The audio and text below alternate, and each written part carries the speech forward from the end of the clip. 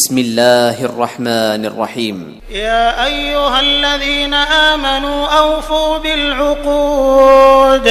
أحلت لكم بهيمة الأنعام إلا ما يتلى عليكم غير محل الصيد وأنتم حرم إن الله يحكم ما يريد.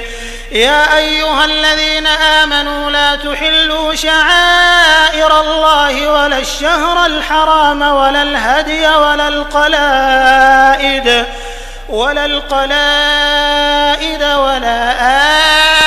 آمين البيت الحرام يبتغون فضلا من ربهم ورضوانا وإذا حللتم فاصطادوا ولا يجرمنكم شنآن قوم أن صدوكم عن المسجد الحرام أن تعتدوا